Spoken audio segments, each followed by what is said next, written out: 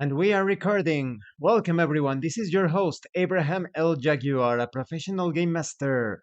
First of all, this channel is proudly sponsored by Inkforged. This is a fantasy role playing game of high detail but also very easy to play. You can imbue your weapons and gear with magically charged ink. You will find the link in the description and in the pinned comment. This channel is also proudly sponsored by the Red Room Publishing. Please check out their store for exclusive tabletop RPG products. They have recently released New Flash, a future noir tabletop RPG where cyberpunk meets biological horror. You will find the link in the description and in the pinned comment as well. This channel is also proudly sponsored by Dead Tree Studios, the publishers and developers of Dames of Asstoria, a tabletop role playing game where you play as monster girls, experiencing high adventure in a world that doesn't fully accept them. They have recently released Daughters of Lamb. This is a pay what you want tabletop RPG, where you play as cybernetic nuns with guns, looking for the missing pieces of their AI god. You will find it in their website. The links will be in the description and in the pinned comment. Now, a moment, please. Let me maximize. Maximize. All right. I am very excited because tonight I am reviewing Versus. Mhm. Let me get that into focus for you. Versus. You can see it's quite awesome. Old school, baby. Sword and sorcery style. Okay, well. Versus it was done by my friend, the amazing designer David Shalazzi. You may recognize him from Chan Chan Chan, Quick and Classic. The Quick and Classic role playing game, my favorite fantasy rules light system.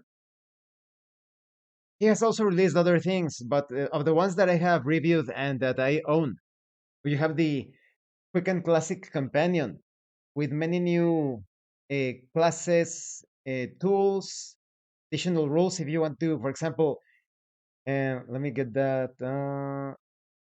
Let me get the image closer. Okay. If you want to have mass battles, hirelings, you have the rules. No, no, no. I actually have the hirelings rules over here, I think.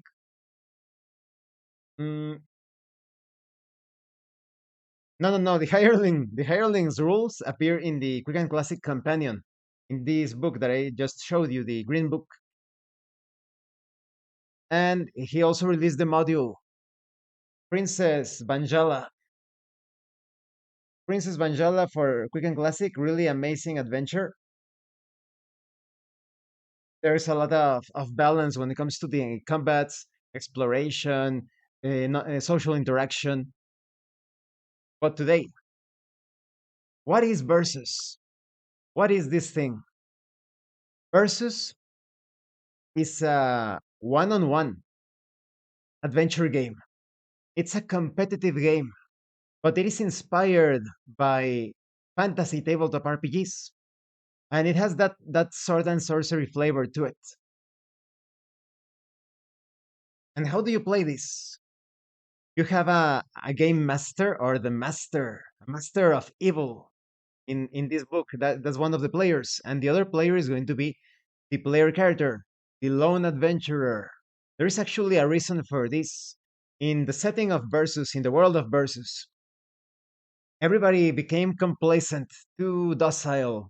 They enjoy the peace too much, so you don't have too many battle-ready people amongst the populace. Adventurers became a thing of the past. But now evil has resurfaced once more because evil never dies. Evil will never die.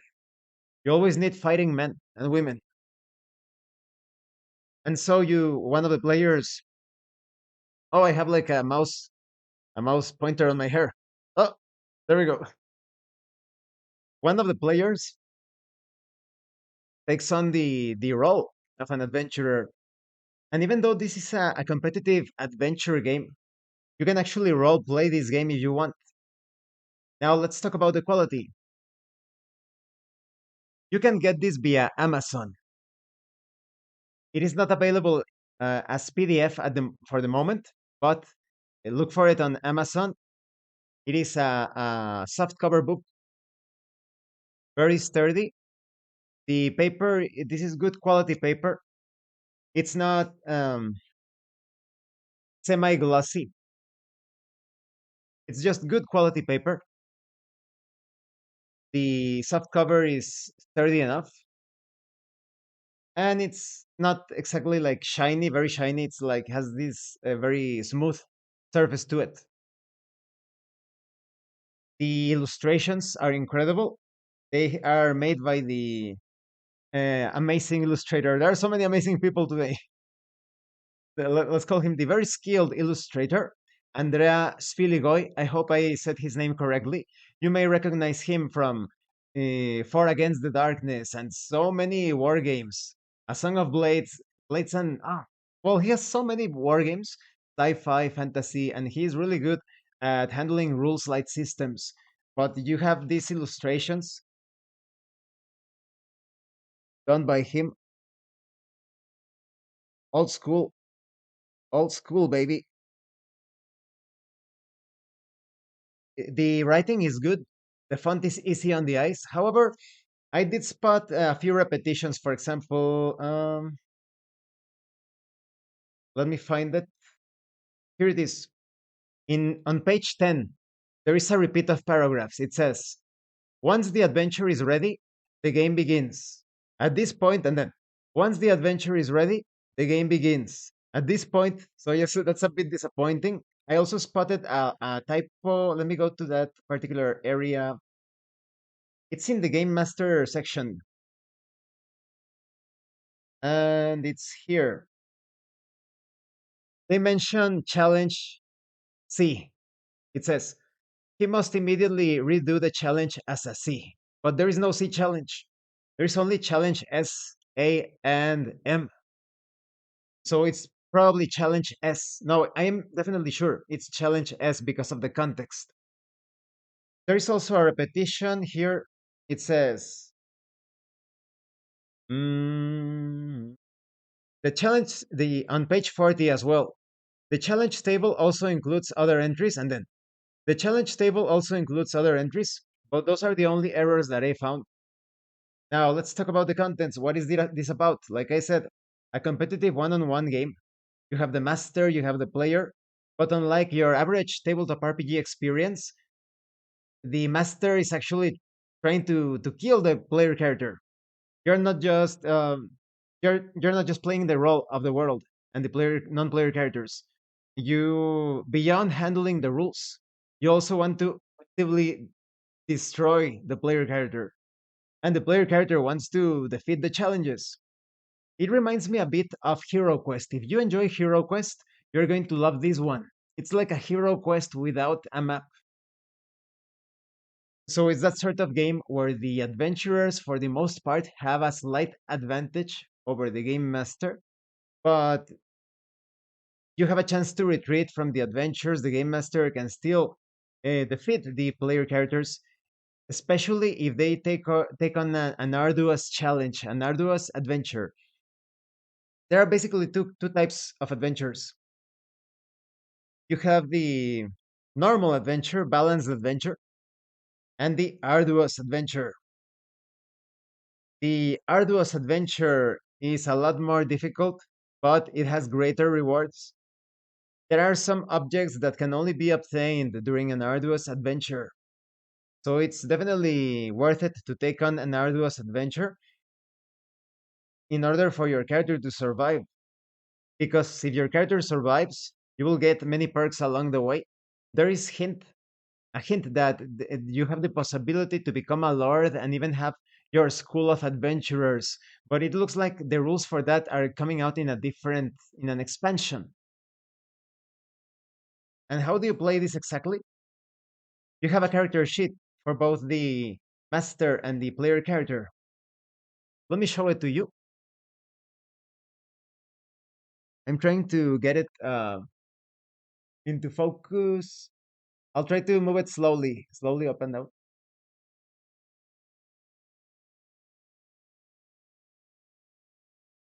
Uh-huh. Let me grab it from below. Mm, mm.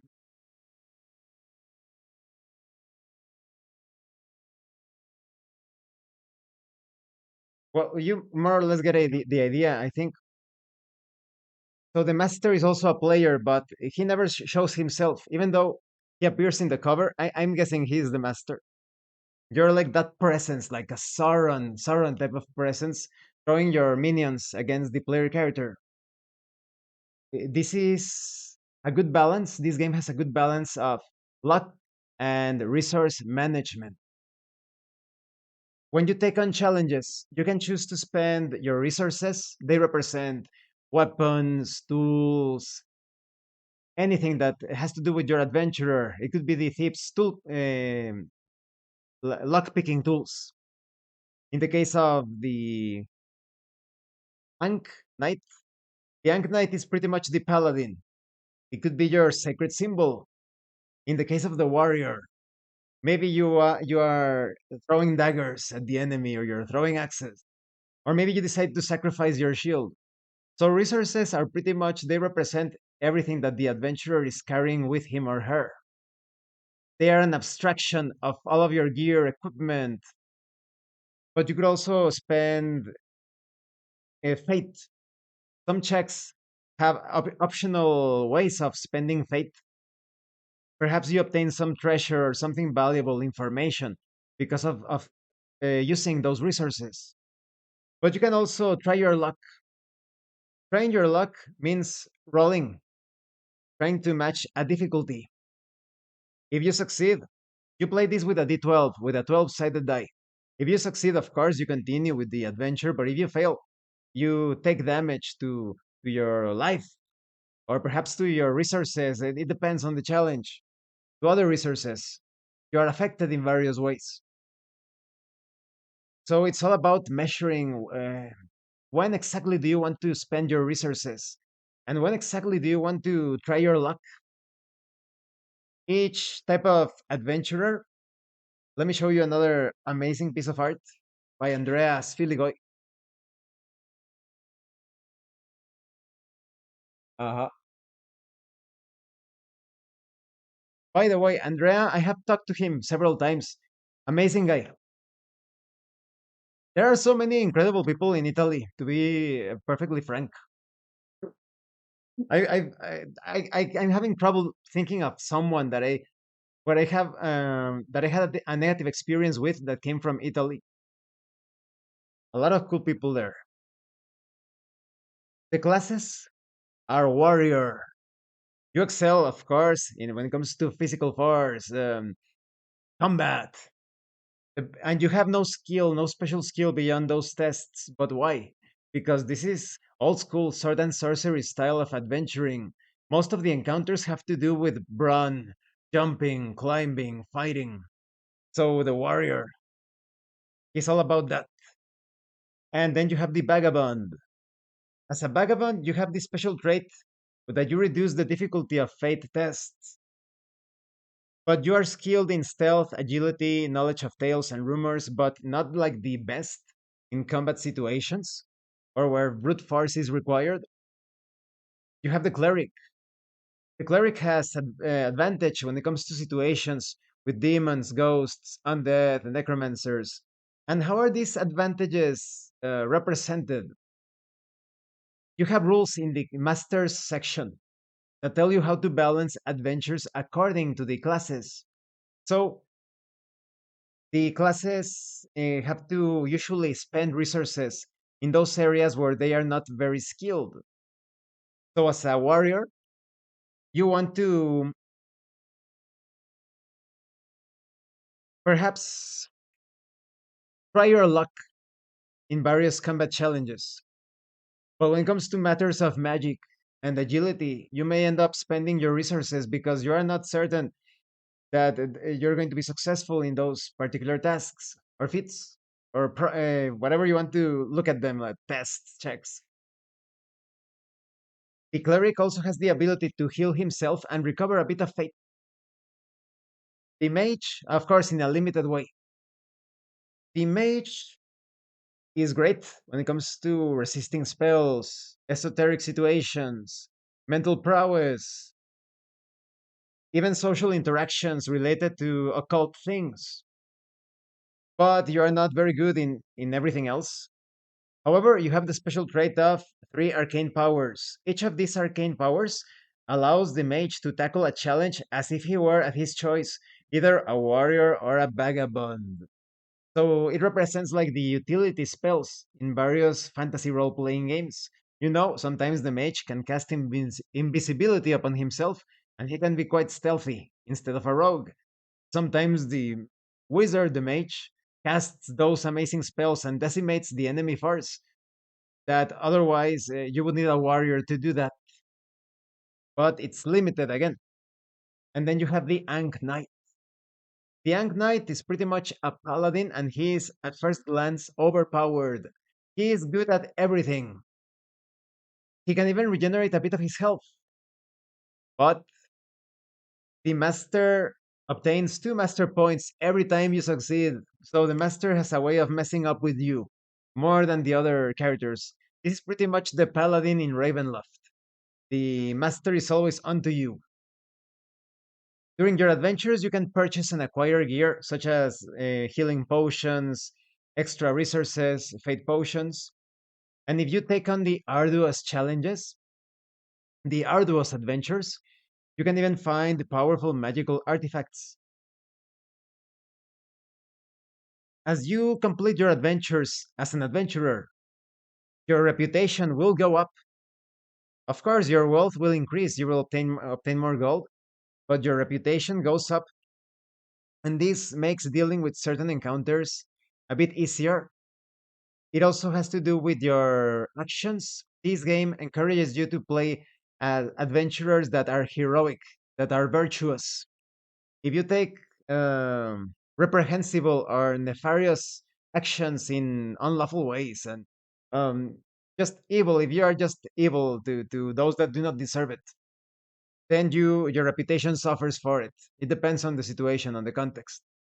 But if you do virtuous deeds, valorous deeds, your reputation goes up. You can also obtain information during your adventures that you can even employ during the course of a campaign. It could be that you learned about the weak point of a certain monster that doesn't appear in this adventure, but it could appear on the next.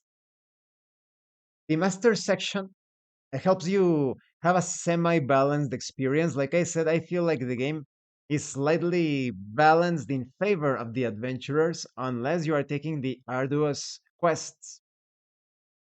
The master designs a scenario taking into consideration, or rather than yeah, a scenario, the the classes of the class of the adventurer taking on the adventure itself.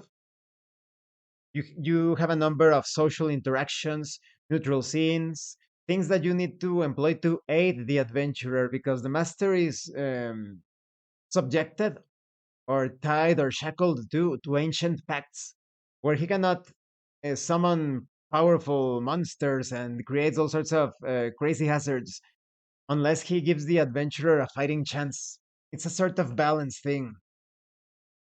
So as a master, you have all of the information to create a balanced, like I said, semi-balanced adventure in order to do your best to eliminate the opposing player, which is the adventurer, the hero. Now, you also have information on the setting, the world of Versus. In a distant past, shrouded in darkness and legend, the entire world was at the mercy of chaos. Over time, many human kingdoms rose and fell in their attempts to conquer and tame parts of the world. Finally, from the lands of Pulchra, a small kingdom of shepherds, grew the great empire, bringing civilization to much of the known world. But now the age of darkness is upon us. And so they give you like the background, the excuse to have adventures. You have information on various lands. so that as a master you can plan the adventures and not just throw things out there with no background history whatsoever or geography. It is all here. Now, when it comes to the master points that I mentioned of the Ankh, when if you play as an Ankh adventurer or in other situations, the master will end up with master points. You use these master points to make the adventurer's life miserable. You can mess up with their rolls. For example, spend 3 master points to have the adventurer reroll a success he just obtained, or spend master points at any time in the match to create an extra scene with a wandering monster, essentially an additional strength challenge with difficulty equal to the master points spent. So that's pretty much it. What do I think about Versus? What do I think about Versus? This is an incredible game.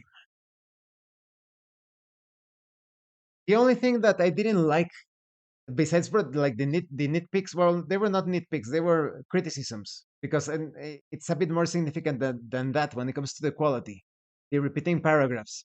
But the explanations sometimes get repetitive. The master is always very well, very well, very well, and it becomes a bit monotonous. But apart from that, there are many instances that you could have roleplay and they do not apply roleplay. That is, you could play this as an adventure game without roleplay, but at least in the tabletop RPG sense. But here it says, look, this is good. This is good. You must quickly find the tracks of the Scrath bandits who kidnapped your cousin, Princess Dakima, while avoiding getting lost in this deadly maze. Okay, the master needs to communicate that because he needs to inform the precise challenge that is at hand. You need to spend those, to decide if you spend those resources or if you try your luck. You cannot attempt everything that you want. This is not a tabletop RPG. You have like a limited choice, a bit like choose your own path, choose your own adventure books, like fighting fantasy. It's like competitive fighting fantasy in its purest sense. But then the adventurer says, I don't want to risk failing by trying my luck. I'll use 2 resources to immediately find the tracks of those ruffians. No, I crouch and examine the ground carefully, looking for tracks. I spend 2 resources. You see, it could have been handled like that, and the immersion would have been enhanced. It would have benefited from that. It would have been enhanced from that. But apart from that, overall, if you're looking for a competitive experience, maybe you don't have time to play tabletop RPGs. It's very easy to pause this game, to pause it halfway through. Although I think you will want to play it to the very end when it comes to the scenario, to each individual scenario. If you like HeroQuest, you're going to love this for a faster experience. If you are still playing tabletop RPGs or other board games and you want something in between with your best friend or perhaps your wife or your husband, your girlfriend, boyfriend, whatever, your I highly recommend that you get Versus, get it immediately and get all of the other books by uh, so many by David Chelazzi. They are all available in Amazon. And if you buy Versus, you have all the information at the back. Let me show you. You see all of the get that into focus. Excuse me. The info. Uh, on some other games.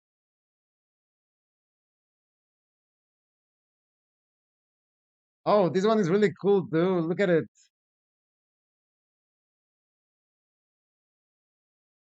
Mm, mm, mm.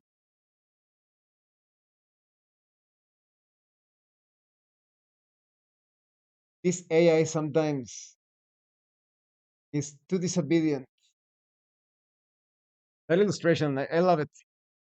So my highest recommendation, definitely get Versus. You can find it in Amazon. Thank you for watching this review. Don't forget to leave a like, comment, and subscribe. And thank you so much to those of you that are going the extra mile to support the channel. If anyone else wishes to further support the channel, consider joining as a member using the super thanks button. Take a look at the information in the description, the pinned comment. This has been your host, Abraham L. Jaguar, a professional game master, and remember, master roleplay and you will master the game. Once again, thank you and see you later.